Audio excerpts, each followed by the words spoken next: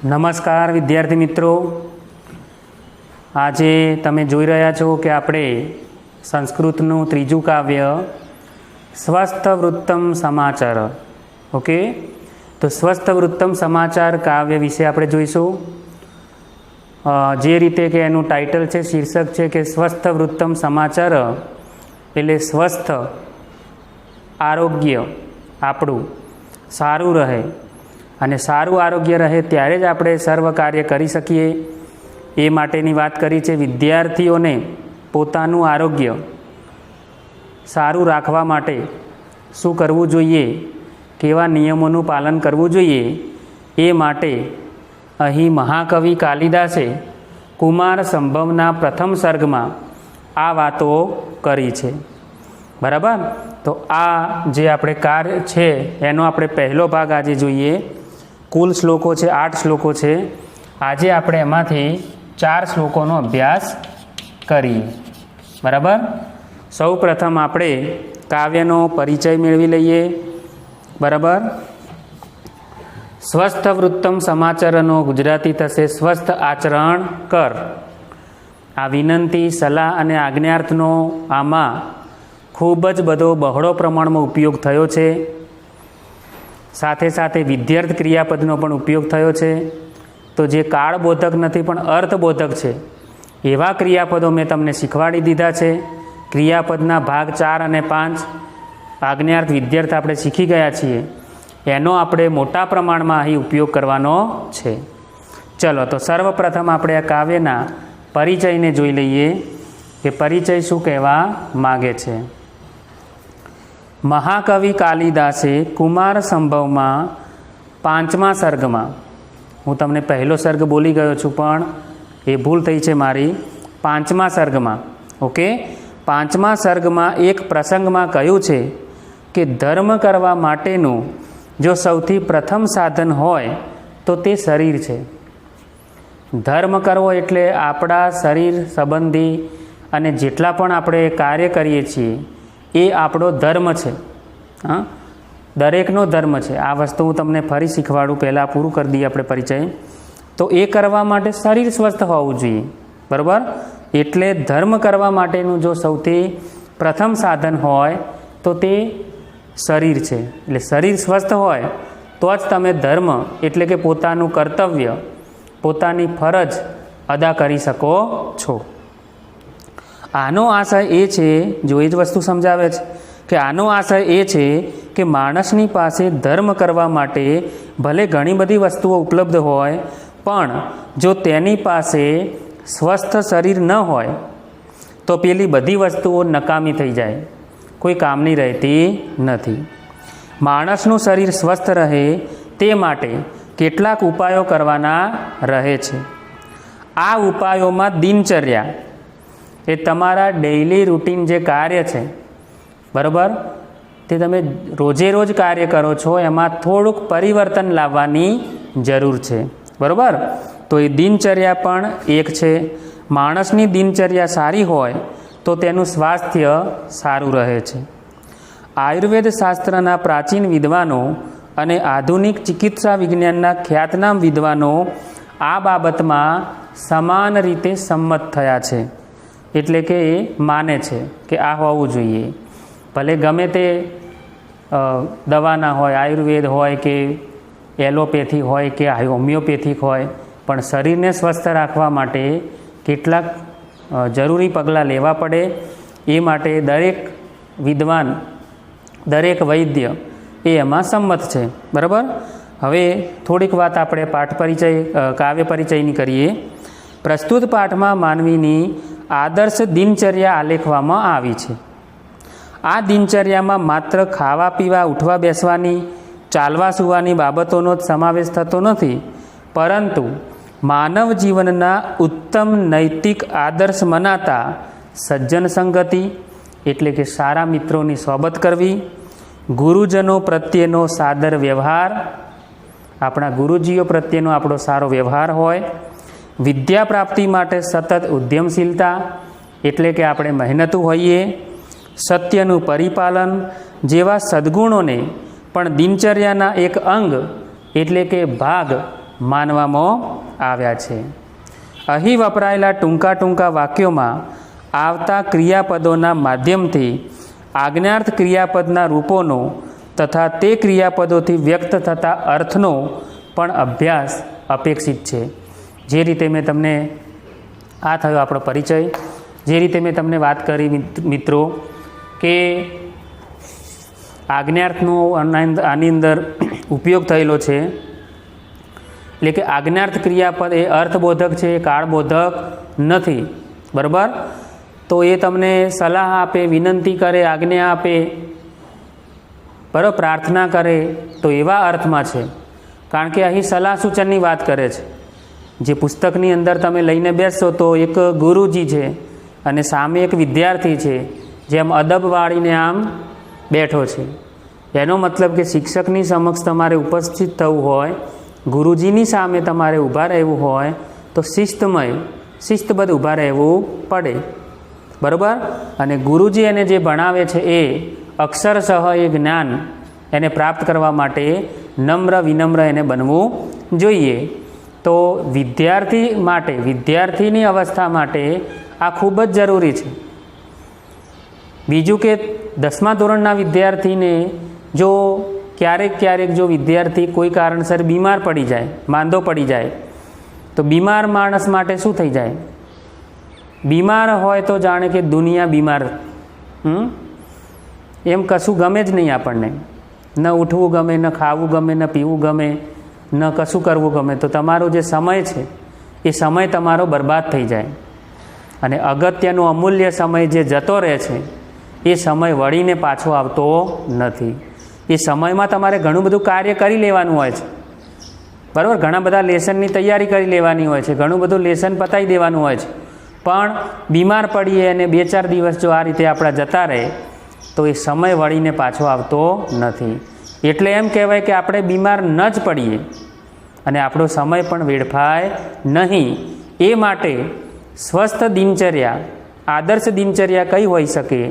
તો મહાકવિ, સંસ્કૃતના મહાકવિ કાલિદાસ, જેમને કૃતિ કુમાર સંભવમ નામના મહાકાવ્યના 5મા સર્ગમાં આ કેટલાક ઉપદેશાત્મક અહીં શ્લોકો મૂક્યા છે, જે શ્લોકો આપણા માટે ખૂબ જ ઉપયોગી છે, આદર્શ દિનચર્યા માટે ખૂબ જ ઉપયોગી છે. તો ધર્મ કરવાનું પહેલું સાધન, બરાબર, એ શરીર છે. શરીરમ આદ્યમ ખલુ ધર્મ સાધનમ. શરીરમ આદ્યમ ખલુ ધર્મ સાધનમ એવું કહેવાય છે. એટલે કે ધર્મ કરવાનું પહેલું સાધન એ શરીર છે. બરાબર? તમારે ધર્મ કરવો છે, સારા કાર્ય કરવા છે, પણ તમારું શરીર જો કીધું કરતું નથી તો બધું ઠપ થઈ જશે, કાર્ય બધું ત્યાં ને ત્યાં સ્થગિત થઈ જશે. એટલા માટે શરીર સ્વસ્થ રાખવું એ ખૂબ જ જરૂરી બાબત છે. ઓકે વિદ્યાર્થી મિત્રો? તો અહીં આપણે જે 4 શ્લોકોનો અભ્યાસ કરવાનો છે તે તમે જોઈ શકો છો, બોર્ડ ઉપર એના શબ્દાર્થ લખાઈ ગયા છે. હું વારંવાર નહીં કહું, વારંવાર તમને આ વાત કરી છે, છતાં એકવાર કહી દઉં કે તમારે સરસ રીતે ચોપડાની અંદર સર્વપ્રથમ તમારે શ્લોક લખી દેવાનો, ત્યારબાદ અહીં જે હું સમજાવું છું તે શબ્દાર્થ લખી દેવાના. શબ્દાર્થની તમને PDF મળશે. ત્યારબાદ એનું ગુજરાતી જે અનુવાદ છે એ સળંગ ગુજરાતી અનુવાદ ફકરા સ્વરૂપે લખી દેવાનું. આમ 1 by 1 એક શ્લોક શબ્દાર્થ અને અનુવાદ લખાતું જાય. અને છેલ્લે તમારું જે બુકમાં સ્વાધ્યાય આપ્યું છે તે તમારે સરસ રીતે લખી કાઢવાનું. આમ તમારા એક પ્રકરણ પૂરા થશે. ભલે તમે ઘરે બેઠા હોવ પણ તમારું કાર્ય ચાલુ રહેશે. એટલે કહેવાય છે કે શાળા બંધ છે, શિક્ષણ નહીં. શિક્ષણ બંધ નથી. શાળા ભલે બંધ હોય જે કારણોસર, પણ તમારું શિક્ષણ અમે બંધ થવા દીધું નથી. તો ઘરે બેઠા આ કાર્ય ચાલુ રાખો. બરાબર? વધારે નહીં કહેતા આપણે અભ્યાસમાં આગળ વધીએ. અહીં ધ્યાન આપજો. જો મિત્રો, ત્રીજું કાવ્ય સ્વસ્થ વૃત્તમ સમાચાર, બરાબર, બાલ સંબોધન છે કે હે બાળક, હે બેટા, હે બાળક, શય્યાતઃ ઉત્તિષ્ઠ. શય્યાતઃ એટલે અહીં તહનો મતલબ છે કે કોઈ પણ ક્રિયાનું છૂટું પડવું. એક સ્થળથી બીજા સ્થળે જવું હોય તો તહનો ઉપયોગ થાય છે. અને જે સ્થળે આપણે પહોંચવું છે એ દ્વિતીય વિભક્તિમાં આવે, બરાબર, અને છૂટું પડતું હોય તો એ પંચમી વિભક્તિમાં આવે. પરંતુ કોઈ સ્થાન, એક સ્થાનથી બીજા સ્થાને જવું હોય તો તહ શબ્દનો ઉપયોગ કરવામાં આવે છે. જેમ કે હું પાલનપુરથી ડીસા જાઉં છું તો અહમ પાલનપુરતઃ ડીસામ ગચ્છામી.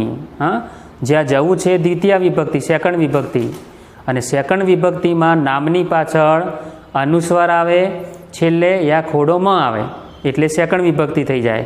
પણ જ્યાંથી તમે છૂટા પડો છો ત્યાં તહ શબ્દ આવે છે, બરાબર. તો આપણે થીમાંથી પરથી ક્રિયાનું છૂટું પડવું. ઉત્તિષ્ઠ એટલે અહીં શું કરી, સલાહ આપી કે હે બાળક સૈયાત ઉત્તિષ્ઠ, ઊઠ. ક્યાંથી? સૈયા. સૈયા એટલે પથારી, બેડ. તું પથારીમાંથી ઊઠ. શરૂઆત છે, સવારથી જ આ કાર્ય શરૂ થાય છે, બરાબર. તો શું કહે છે કે તું પથારીમાંથી ઊઠ. સ્વસ્થ વૃત્તમ સમાચાર, આપણું ટાઇટલ, શીર્ષક. સ્વસ્થ વૃત્તમ, વૃત્તમ એટલે વર્તન, આચરણ, અને સમાચાર એટલે કર, આચરણ કર. સ્વસ્થ આચરણ કર. હા, તું સ્વસ્થ વર્તન કર. ઉઠીને પછી આળસ નહીં ખાવાની, અને ઉઠ્યા પછી પાછું સૂઈ નહીં જવાનું. ઉઠ્યા એટલે ઉઠી ગયા પછી ફટાફટ કાર્ય આપણું કરવાનું, મનમાં દ્રઢ સંકલ્પ કરવાનો. નહીં તો ઘણા વિદ્યાર્થીઓ ઉઠ્યા પછી પણ પથારીમાં પડ્યા આળોટે, જાગતા હોય તોય સૂઈ રહે, તો એ આળસ છે. હા, એ આપણી આળસ છે. અને આળસ એ જીવતા માણસની કબર છે એવું કહેવાય. કારણ કે આળસુ માણસ કશું કરતો નથી, એ મૃત સમાન છે. હા, એટલે એ કહી શકાય છે, બરાબર. તો સ્વસ્થ આચરણ કર. જગત વિધાતારમ સ્મર, સ્મરણ કર, યાદ કર. કોણે? જગત વિધાતા. વિધાતા જેને આ સર્જન કર્યું છે, સૃષ્ટિના જે સર્જનહાર છે, આ જગતના જેને જગત સર્જ્યું છે, આપણને આ જગતમાં જન્મ મળ્યો છે, એક મનુષ્ય માનવ તરીકેનો જન્મ મળ્યો છે. તો આપણે ખૂબ ખૂબ આભાર માનવો જોઈએ કે જેને આ જગતનું સર્જન કર્યું છે. તો સવારમાં સૌથી પહેલાં આપણે એને એકવાર યાદ કરવા જોઈએ, બરાબર. તો જગત વિધાતારમ સ્મર, જગતના સર્જનહારને તું યાદ કર. તતઃ શુદ્ધમ જલમ પીબ, બરાબર. તતઃ પછી શુદ્ધમ જલમ પીબ, પીબ એટલે પી, બરાબર. આ બધામાં મધ્યમ પુરુષ એક વચનનો ઉલ્લેખ થયો છે, અને આજ્ઞાર્થ મધ્યમ પુરુષ એક વચન, એટલે ત્યાં ધાતુઓ આવે અને ગણ નિશાની આવે, એ સિવાય કોઈ પ્રત્યય આવતા નથી. એટલા માટે મેં જ્યારે સમજાવ્યું ત્યારે પણ આ વાત કરી છે. આની આમ નથી, તમત એ નથી, એ મધ્યમ પુરુષ એક વચન માટે છે.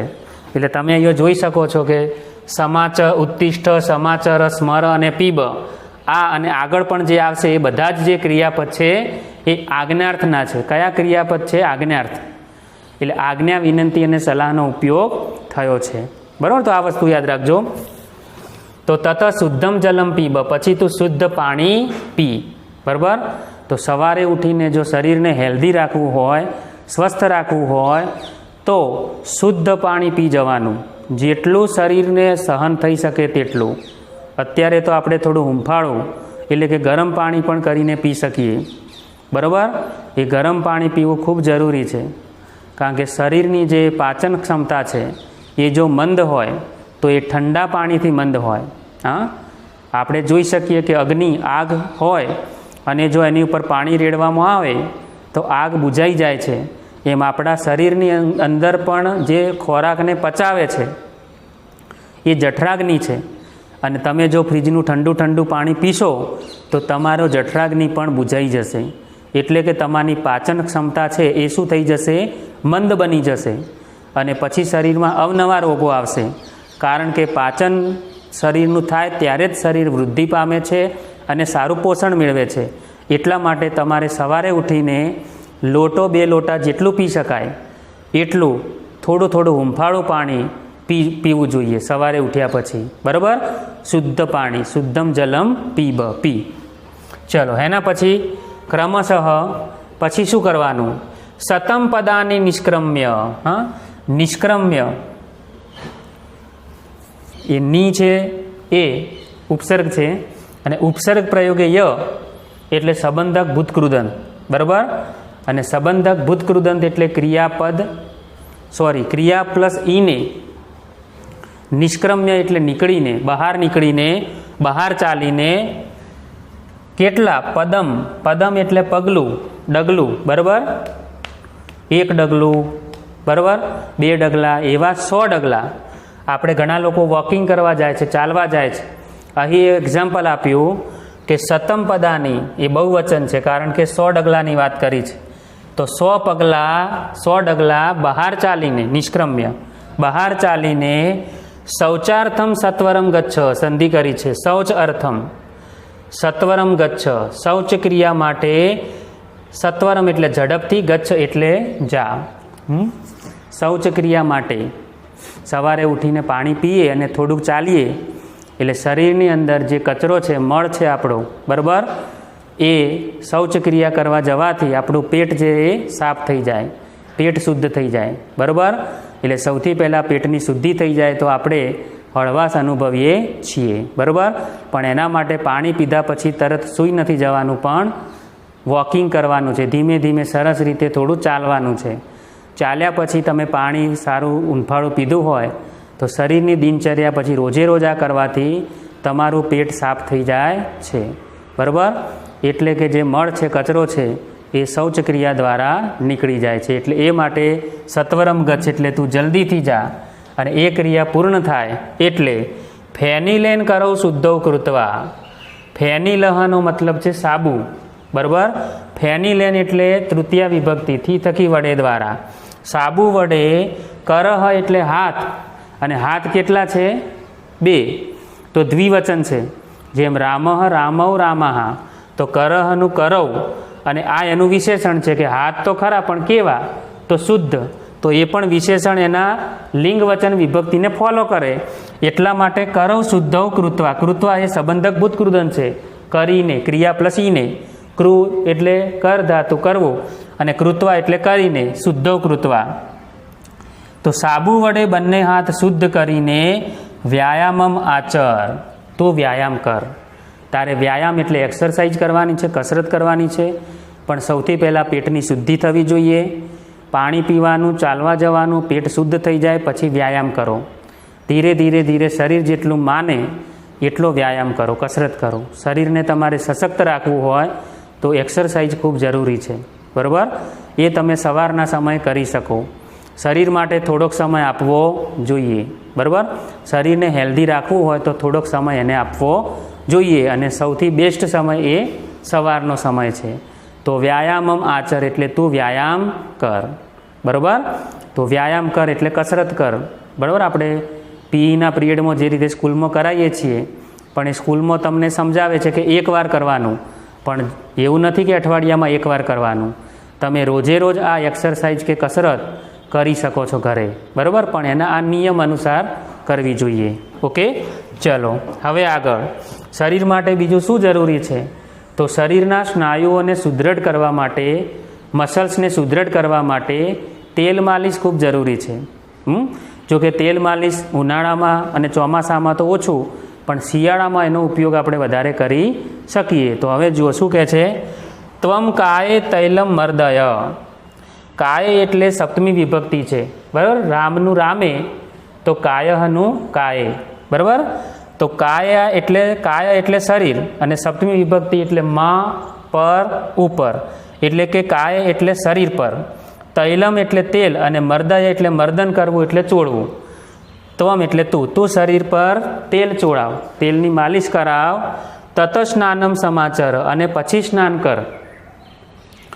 યથાવિધિ જલેનૈવ, સંધિ થયેલી છે, જલેનૈવ. યથાવિધિ એટલે વિધિપૂર્વક, બરાબર? સિસ્ટમેટિક, વિધિપૂર્વક. જલેન એવ, જલેન તૃતીય વિભક્તિ, પાણી વડે, એવ એટલે જ, પાણી વડે જ.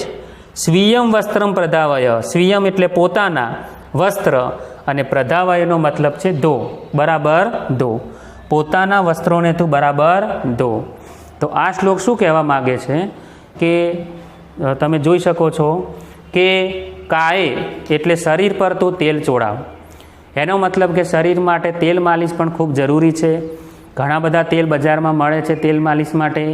આપણે નાના બાળકોને પણ તેલ માલિશ કરીએ છીએ, જેથી એને અંગોના સ્નાયુઓ સુદૃઢ બને, મજબૂત બને, એ માટે તેલ માલિશ કરવામાં આવે છે. તો આ શિયાળામાં આપણે ઠંડકમાં આપણે કરી શકીએ છીએ અને અડધો 1 કલાક એના પછી વ્યાયામ કરી અને પછી આપણે સ્નાન કરવું જોઈએ, જેથી શરીરમાં જે ચીકાશ હોય એની જતી રહે, બરાબર. તો પહેલાં તેલ ચોળાવ, પછી સ્નાન કર અને પાણી વડે વિધિપૂર્વક વ્યવસ્થિત તમારા વસ્ત્રો, આમ તો આપણા વસ્ત્રો બધા આપણા ઘરવાળા કે કોઈ કામ કરતું હોય તો એ ધોવે છે, પણ એમ કહેવાય કે આપણે આપણા વસ્ત્રો પહેર્યા હોય, અંદરના વસ્ત્રો પહેર્યા હોય તો એ વસ્ત્રો કે છે કે આપણે જાતે ધોઈ લેવા જોઈએ. એટલું તો આપણે આપણા ઉપર ડિપેન્ડ રહેવું જોઈએ, સ્વનિર્ભર બનવું જોઈએ. હા, ગાંધીજી કહેતા કે સ્વાશ્રય બનો. સ્વાશ્રય એટલે સ્વ આશ્રય, પોતાના આશ્રય. તો કમસે કમ આપણે આપણા વસ્ત્રો ધોવા જોઈએ, અને એ પણ કેવી રીતે? બરાબર. કારણ કે શરીર સાથે જે વસ્ત્ર જોડાયેલા છે એ જેટલા શુદ્ધ હશે તો શરીરની ચામડીઓના રોગોથી આપણે બચી શકશું. ભીના અને એવા વસ્ત્રો તમે પહેરશો તો ઘણીવાર દાદ, ખાજ, ખુજલી અને ધાધર થવું, બરાબર, આવી બધી સમસ્યાઓથી આપણે પીડાઈએ છીએ. તો સરસ કોટન સુતરાઉ વસ્ત્રો હોય અને શુદ્ધ ધોવાયેલા હોય તો આપણા શરીરને ચામડીની બીમારીઓથી આપણને દૂર રાખે છે. એટલે એ પણ અહીંયા કહેવામાં આવ્યું કે વિધિપૂર્વક એટલે કે વ્યવસ્થિત પાણી વડે, સ્વીયમ એટલે સ્વ એટલે પોતાના વસ્ત્ર બરાબર ધો. તો વિદ્યાર્થી મિત્રો જુઓ, મહાકવિ કાલિદાસ તો ઘણા સમય પહેલાં થઈ ગયા, આજથી લગભગ લગભગ 4થી સદી આજુબાજુની વાત હશે આ, બરાબર. એટલે 1500-1600 વર્ષ પહેલાંની વાત છે. તેમ છતાં પણ આજે આપણને એટલું જ ઉપયોગી જ્ઞાન આપણને પૂરું પાડવામાં આવે છે. એમને જે પણ ઉપદેશ આપ્યો છે આજના જીવનમાં પણ એટલો જ ઉપયોગી સાબિત થાય છે. અને હવે છેલ્લો શ્લોક આપણે જોઈએ, છેલ્લો એટલે કે 4થા નંબરનો ભાગ 1 આપણે પછી ભાગ 2 બીજી વખતે જોઈશું. જુઓ, હવે શું કરવાનું? તો હજુ પણ સવારની ક્રિયાઓ શરૂ છે કે તથા પૂર્વાભિમુખમ આસીન. અભિમુખ એટલે જેમાં સામું મુખ હોય. કોની સામે? તો પૂર્વ અભિમુખ, એટલે પૂર્વમાં જ્યાં સૂર્ય ઉગે છે એની તરફ તમારે મુખ, આસીન એટલે અસ એટલે હોવું, થવું એટલે કે રાખીને, પૂર્વ દિશા તરફ મુખ રાખીને સંધ્યા વિધિમ કુરુ, સંધ્યાકાળની ઉપાસના કર. સંધ્યા વિધિ એટલે પૂજા, અર્ચના, ઉપાસના, જે ભગવાનને આપણે માનતા હોઈએ, સૂર્યદેવને નમસ્કાર કરતા હોઈએ, તો પૂર્વ દિશા તરફ મુખ રાખીને સૂર્ય ઉદય થતો હોય છે તો એ તરફ રાખીને આપણે સંધ્યા વિધિ કરવાની હોય છે. હવે વાત કરીએ સંધ્યા. તો ઘણીવાર મિત્રો એમ થાય કે સંધ્યા તો સાંજની જ હોય. સંધ્યા એટલે આપણે સાંજ ગણીએ છીએ, રાત્રિનો પહેલો ભાગ એટલે સંધ્યા એટલે સાંજ. પણ એવું હોતું નથી. સંધ્યા જેમ સાંજની હોય તો સંધ્યા સવારની પણ હોય. સવાર માટે આપણે આનો ઉપયોગ ઓછો કરીએ છીએ, પણ સવારની પણ સંધ્યા હોય છે. સંધ્યા શબ્દ કઈ રીતે બન્યો છે? તો સંધ્યા શબ્દ સંધિ એટલે કે જોડાણ થવું, બરાબર. સંધિ એટલે બે બાબતોનું જોડાણ થવું. જેમ કે રાત્રિ પૂરી થઈ ગઈ હોય પણ હજુ દિવસ ઉગ્યો ના હોય, તો દિવસ અને રાત્રિ બેની વચ્ચેનો સમય, અને બે વચ્ચેના સમયમાં જે આપણને જે સમય જોવા મળે છે એને આપણે સંધ્યા કહીએ છીએ. તો ભગવાનની પૂજા અર્ચના કરવાનો આ સૌથી બેસ્ટ સમય છે. એટલા માટે આ સમયે મંદિરોમાં બધી જગ્યાએ પૂજા એટલે કે આરતી થતી હોય છે. ભગવાનને પણ લોકો સવારમાં દર્શન કરવા આ સમયે જતા હોય છે. ખરા બપોરે કોઈ ટન ટન ટન ટન ઘંટ નથી વગાડતા, કે છે કે ભગવાન સૂતા હોય. હા, ભગવાન સૂઈ ગયા હોય તો ખરા બપોરે વગાડીએ છીએ આપણે? આ નથી ને. એટલા માટે સવાર અને સાંજ, એવી જ રીતે દિવસ પૂરો થઈ ગયો હોય પણ રાત્રિ શરૂ ન થઈ હોય તો એ સાંજની સંધ્યા છે અને આ સવારની સંધ્યા છે. સંધિ એટલે અહીં એમ પણ કહી શકાય કે જીવ અને શિવનું જોડાણ છે, આત્મા અને પરમાત્માનું જોડાણ છે, બરાબર. તો આ રીતે જીવ અને શિવ, પરમાત્માનું જોડાણ એટલે જેને સંધિ એટલે સંધ્યા કહેવામાં આવે છે. તો અહીં સવારની જે પૂજા વિધિ હોય એ કહે છે કે સંધ્યા વિધિમ કુરુ એટલે તું ઉપાસના કર. અને નિત્યમ એટલે હંમેશા પિતરવ. હવે પિતરવ શબ્દ એ છે એક શેષ દ્વંદ્વ સમાસ છે, બરાબર. દ્વંદ્વ સમાસ જે ચ એટલે અને દ્વારા બે શબ્દો જોડાતા હોય, પણ આ એકમાત્ર ઉદાહરણ છે, એક્ઝામ્પલ છે કે જે તમારા બુકમાં, આખી બુકમાં એક જ એક્ઝામ્પલ છે, એક શેષ દ્વંદ્વ સમાસ, કે જેમાં સ્ત્રીલિંગ અને પુલ્લિંગ બે શબ્દો હોય જે જોડી એટલે કે યુગલ સ્વરૂપે હોય, અને સ્ત્રીલિંગ શબ્દનો જ્યાં લોપ થતો હોય અને પુલ્લિંગ શબ્દ એ દ્વિવચનમાં જતું રહે. એટલે પિતૃ, પિતૃનું શબ્દ પિતા, પિતરવ, પિતરહ, એટલા માટે પિતરવ એટલે સ્ત્રીલિંગવાચી પદનો લોપ થાય વિગ્રહ કરતી વખતે, અને પુલ્લિંગ પદ વધે છે જે દ્વિવચનમાં જતું રહે એટલે એને કહેવાય પિતરવ, પણ એ બંનેનો ઉલ્લેખ કરે. કોનો? માતા અને પિતાનો. બરાબર? તો આ એક શેષ દ્વંદ્વ સમાસ છે. કે જ્યારે સમાસ તમને સમજાઈશ ત્યારે આ વાત ફરી સમજીશું. તો હંમેશા કહે છે કે માતા પિતાને વંદસ્વ એટલે વંદન કર, અને ચ અને પ્રાતરાસમ અસાન, અશ્ન એટલે જમવું, ખાવું, અને પ્રાતરાસમનો મતલબ છે નાસ્તો, સવારનો નાસ્તો. બરાબર? કારણ કે આટલું તમે કમ્પ્લીટ કરી લો છો, પછી તમને ભૂખ લાગે. બરાબર? પછી તમને સવારમાં ભૂખ લાગે. આમ તો આપણે જોઈએ છીએ કે ઘણા મિત્રો તો આટલું બધું કરતા નથી, સવારે ઉઠ્યા નથી, લાવ ભાઈ ખાવાનું લાવો, ભોજન લાવો, ભૂખ્યા થઈ ગયા. પણ ભાઈ આપણે પહેલાં આ બધું કરવું પડે. આટલું કરીએ શરીરને સશક્ત રાખવા માટે કરવાનું છે. તો મહાકવિ કાલિદાસે આપણને આ સૂચવ્યું છે. હવે જો આટલું કર્યા પછી જો તમને ભૂખ લાગે તો તમારે શરીરને માટે સવારનો નાસ્તો ખૂબ જરૂરી છે. બરાબર? જેને સંસ્કૃતમાં કહે છે પ્રાતરાસમ. બરાબર? અને અસાનનો મતલબ છે અશ્ન એટલે ખાવું, અને અસાન એ આજ્ઞાર્થનું રૂપ છે, એટલે કહે છે કે ખા અથવા કર. તો તું સવારનો નાસ્તો કર, બ્રેકફાસ્ટ. બરાબર? સવારનો નાસ્તો. તો આ બધું કમ્પ્લીટ કરવું પડે, પછી સવારનો નાસ્તો કરીએ. હવે આગળના ભાગમાં આપણે બીજા 4 શ્લોકો જોઈશું કે એમાં કેટલીક નિયમિતતા, જેટલીક જરૂરી બાબતો વિદ્યાર્થી અવસ્થાને શોભે તેવી બાબતો છે. ખૂબ જ સરસ જીવનમાં ઉતારવા જેવા આ શ્લોકો છે, જેનો અભ્યાસ કરજો.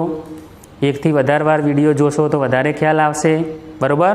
તો સર્વ મિત્રો ઘરે રહીને અભ્યાસ ચાલુ રાખજો. સર્વને મારા જય રાજા રામ.